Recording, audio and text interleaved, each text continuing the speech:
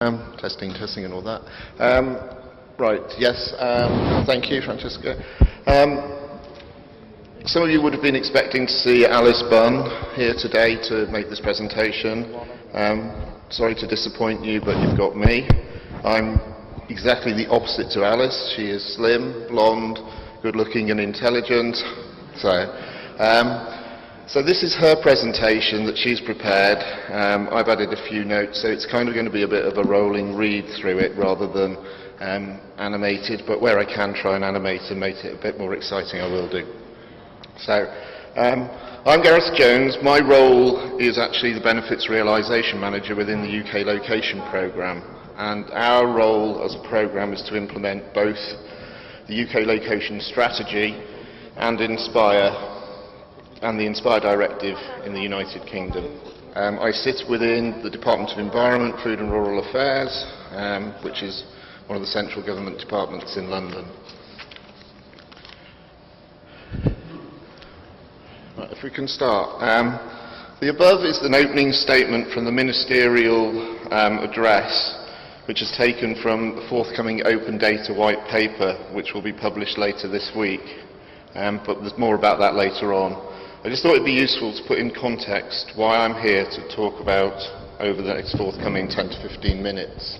And really the key thing is that data in the 21st century is the new raw material. In the summary for this presentation, we said that the need for decision makers to have access to a shared body of evidence and a clear understanding of its significance has become increasingly important in the global period of financial uncertainty. Across Europe, budgets are under the spotlight, and this makes understanding the value chain of our public sector investments increasingly important, and that's one of the reasons why Alice isn't here, because of the budget pressures. Within the UK, a number of key policies are driving this increased scrutiny of our investments. A key principle of our current government, which is shared across Europe and beyond, is that by being open and transparent, it will drive improvement in the public sector and give people choices over public services that they have never had before. This in turn will enable society to start to take responsibility for services, delivering these instead of government, such as peoplefund.it, a crowdfunding platform for new businesses to raise funding and gain public support. Here we see a picture of our Prime Minister, and there is a quote there which really shows the link to national policy. This is taken from a speech made by the Prime Minister back in 2010, just after he came into I suppose power is as good a word as anything. You can quickly identify a lot of the key Inspire philosophy around the publication of data in an open, standardised form.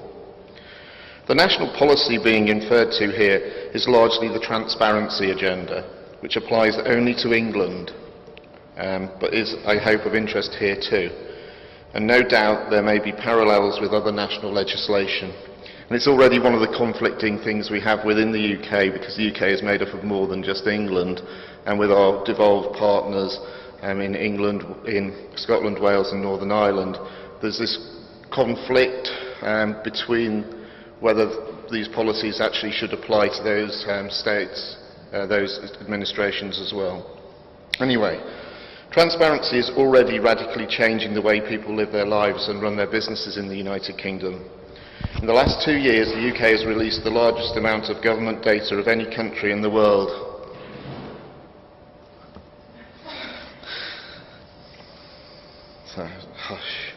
Enabling people to make better choices about the public services they use and hold the government to account on spending and outcomes. Transparency is also providing the raw materials for innovative new business ventures and for public service professionals to improve their performance. But what is driving this national policy? Why would the government be pushing open data in a way and what's the rationale?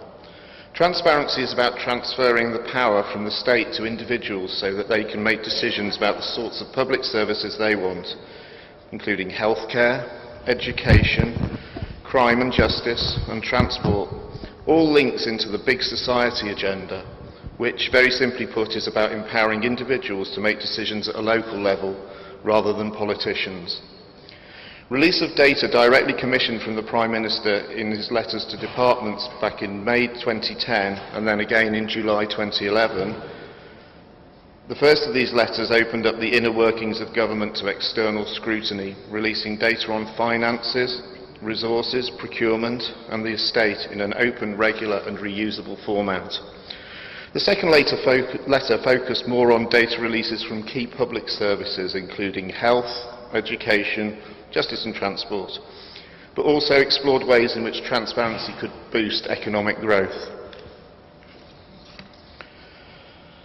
So, accountability, which was the first of the lines on the previous slide. For those of you that aren't aware, this is not where I live, but this is actually a duck house. And it's probably the only presentation at the Inspire conference this year, and probably any Inspire conference where a duck house will appear on a slide. But this relates back to about 2008-2009, where within the United Kingdom we had a whole load of issues around MPs' expenses, where it was becoming apparent that MPs were claiming for such things as having duck houses put on their ponds, having the moats outside their castles cleaned.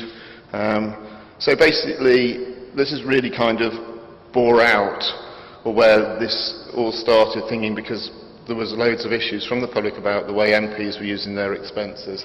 And the paper really is just a headline about the ministers and the money, about how some of the ministers, even up to ministerial level, were really, almost you could say, abusing the system. So that really increased accountability and the public appetite for accountability in the public sector. The current government's focus on open data as a means to deliver transparency, some of the first type of data that departments were required to produce were around the public expenses. So the next line was around efficiency. Critically, open data has been seen as contributing to increased efficiency. We're still living in austere times. United Utilities has statutory obligations to record its assets and to make the data available to third parties such as local councils, other utilities and contractors that need to dig up the highways and byways. This assists with efficient customer notification in the event of network problems or planned work, assessments of impacts of new housing and industrial developments on water supplies. It can affect climate change and flooding, water pollution and water quality, the effects of transferring flow from wastewater treatment facility into another catchment area. It uses intelligent digital mapping to determine the replacement value of its assets. They look at the length of a pipe and the number of manholes, the valves and types of surface, A roads, B roads and so on, all of which carry different excavation costs. From this, they calculate the asset replacement cost for the business as a cost model. Another example is the Love Lewisham project, which uses new ways of working alongside innovative technologies to improve public service delivery, using cameras and phones, and through a choice of social media gateways or via the council itself. It's now easier for the public to report environmental crime, two-way process encouraging residents to get involved, and it allows councils to provide more efficient response that the public can monitor success. And another similar thing we have in our country is a website called fixmystreet.com, which really just enables individuals to report problems by logging onto that website, and then it then gets passed to the council. An example being the hole that appeared in the end of my road last week, which I reported and is now being fixed. And that is a true story. The third one is growth. We can see a few things here on the slide. In February 2011, the Cabinet Office launched a contracts finder, a single website enabling businesses to identify government contracts. By making data freely available, it is hoped to stimulate growth and innovation in the business sector, and also up there we refer to the creation of the Open Data Institute to unlock economic potential. The Open Data Institute will demonstrate the commercial value of government data and work closely with public and private sectors, as well as academia, in developing its exploitation. It will be led by Sir Tim Berners-Lee and Professor Nigel Shadbolt, who addressed the Inspire conference last year. The Open Data Institute will have a number of facets, and these will be working with businesses in exploiting open government data, working with the public sector to making data more readily available and accessible, developing and mentoring startup of open data companies, training open data technologists, and developing the UK's standing as an international leader in open data.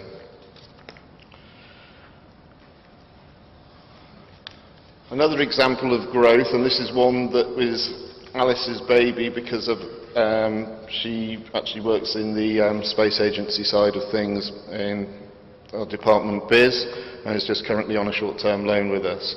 So really this is showing another potential growth area based around the Sentinels and Envisat. The figures on the right represent the daily volumes today, and the figures on the left show the data volumes when GMS Sentinels are operational. I do believe that's subject to funding, but the intention is that GMS Sentinels will have a free and open data policy. There's already been some interesting work driving new app development using open data. For instance, Strange Desk, effectively crowdsourcing odd environmental observations, which can be investigated and linked back to environmental observations from space over a similar location and time frame. Ultimately, it's hoped to be able to pick up early environmental trends through this. So, since May 2010, when the coalition government came into power, there have been a number of high-profile achievements on transparency and open data. You can see up there we've built the largest resource in the world with over 8,500 data sets currently available.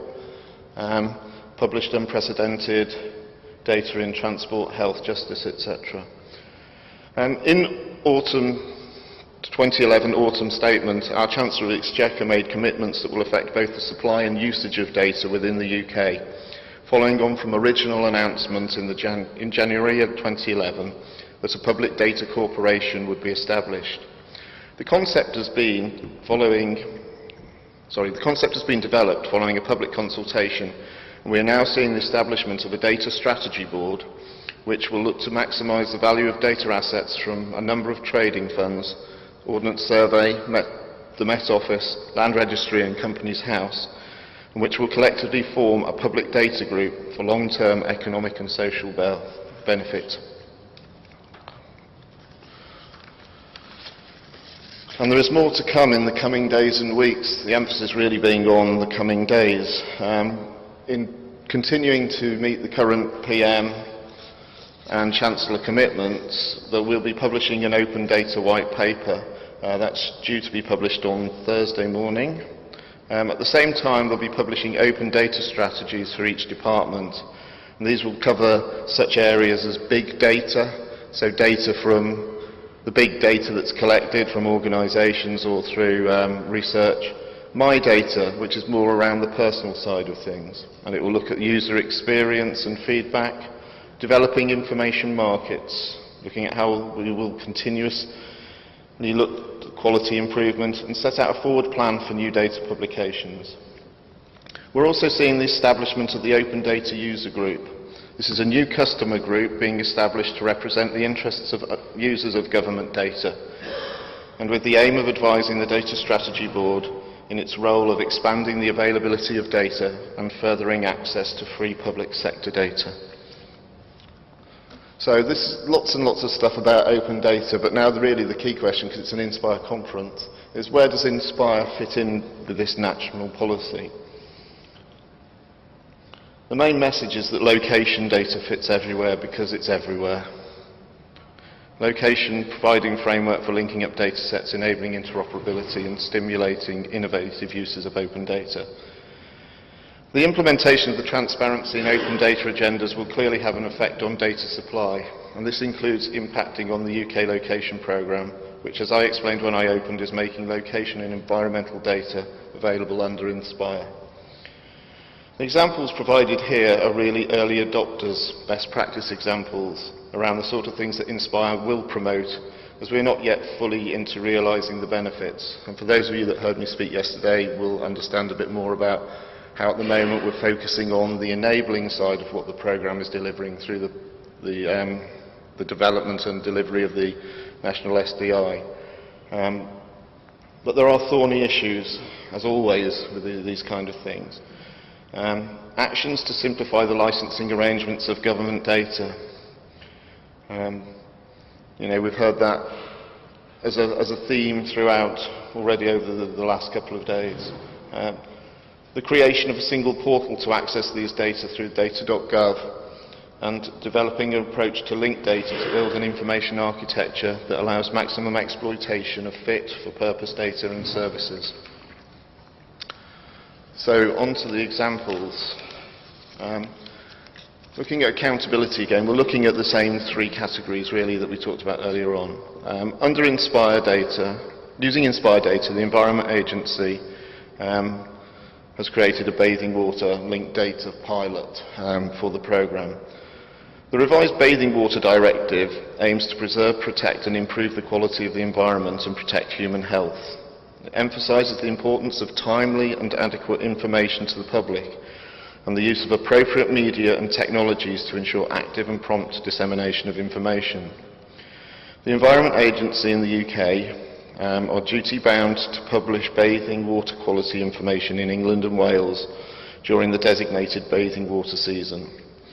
This involves collecting bathing water quality data for nearly 500 designated bathing water sites during the season of May to September in compliance with the Bathing Waters Directive, and this data is made available from the EA website.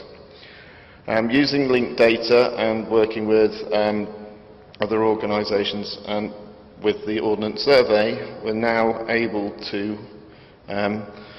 publish this data via an iPhone app where tourists can see the water quality and make judgments about holiday destinations, whilst the local taxpayers can hold local services to account. Efficiency. This is just one example. Calderdale Metropolitan Borough Council locating vulnerable people. The challenge here is to significantly reduce the time taken to identify vulnerable persons already known to the Council during a flood emergency. By combining data, again it's an Environment Agency Ordnance Survey link, but also we then link into the local Land and Property Gazetteer as well. It gives a much quicker and immediate visual and analytical overview of the properties and the people that are affected.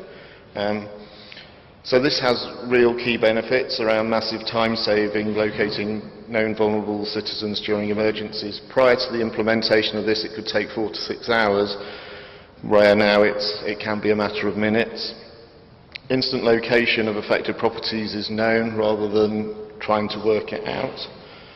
And there's improved location intelligence for decision making, so aiding evacuation routes, etc.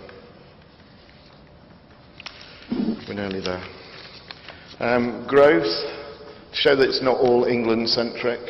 The Scottish Government is improving the planning system. This really demonstrates efficient planning and execution of new developments, especially where large-scale infrastructure is concerned, and is key to underpinning the growth agenda. Data on planning applications and appeals being handled in a more easily accessible, open way through a central electronic system saves time, money and has significant environmental benefits. We're already seeing savings for applicants made by over 7 million. So where have we got to? Well, as we say up there, there's over 8,500 data sets already on data.gov.uk, of which over 800 are location specific and over 200 are Inspire mandated, and it's increasing all the time. Information sharing infrastructure is nearing completion, and the data.gov.uk relaunch is imminent. That's linked in with the launch of the white paper, so come Thursday morning, hopefully, if everything goes okay, we'll have our new data.gov.uk site available.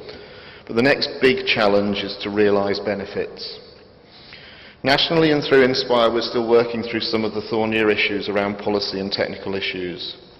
The image here is to illustrate the saying, you can lead a horse to water, but you cannot force it to drink. The government has begun to take this seriously in the national policy agenda, with the setting up of the Open Data Institute, for instance. I suspect that there will be much to do to realise the benefits of Inspire 2, and those of you who saw my presentation yesterday will have seen how we are looking to do that. But it will be a real challenge. And part one of my just to finish, because I've got another just to finish as well, if we look again closely at the picture, we can actually see that the horse is the intelligent one here. Because why on earth does the rider think it wants to drink seawater? It's not my slide, you see. And finally, just a thank you for listening and a bit of a plug for the Olympics. For those of you that don't realise that it's only a few weeks away now and happening in London. But a final thought really is London 2012 preparation has been a success. Coming in on time, and the politicians will say under budget. But what effect would Inspire have made in that process? Thank you.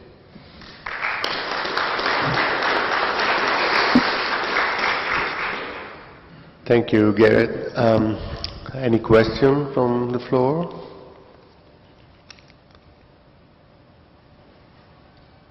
Please, microphone.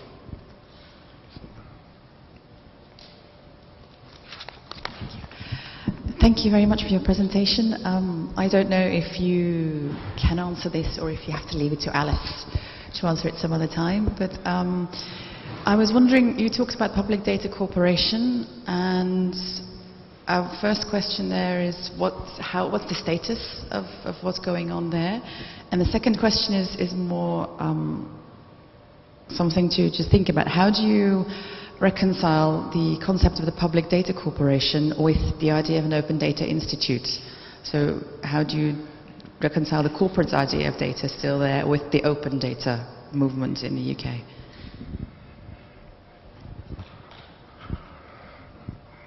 I think that's one for Alice.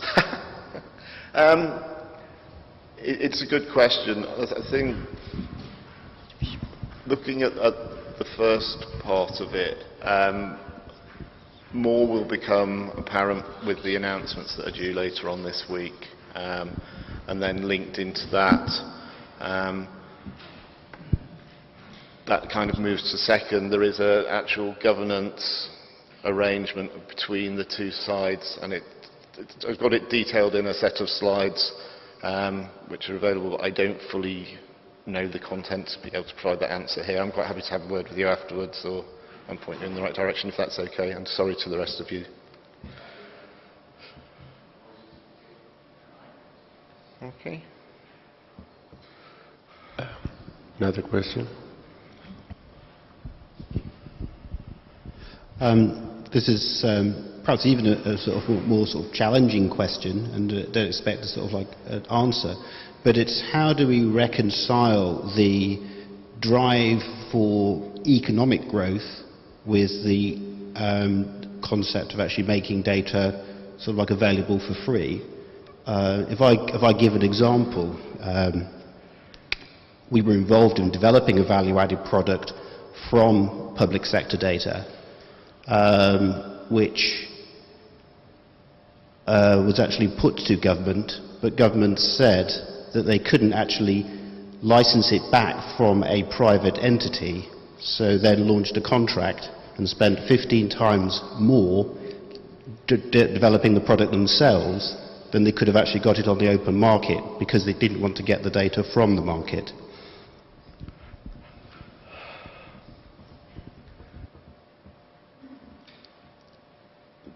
I think that is one of the key questions that's involved in this, and like I said, I'm not fully aware on the background, but I suspect that that's the kind of things that having the Open Data User Group and also the Open Data Institute will start to look at and address these things. I think one of the things around open data doesn't necessarily mean that everything has to be free, but that's one of the contexts we kind of linked into around the thornier issues, which is around actually the availability, the licensing implications, and I think we're seeing that as a theme through the benefits side of the work purely on Inspire as well.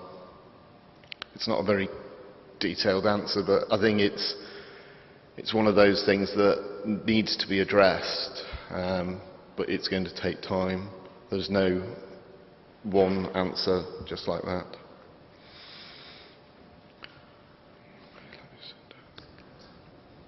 Thank you. Gareth, if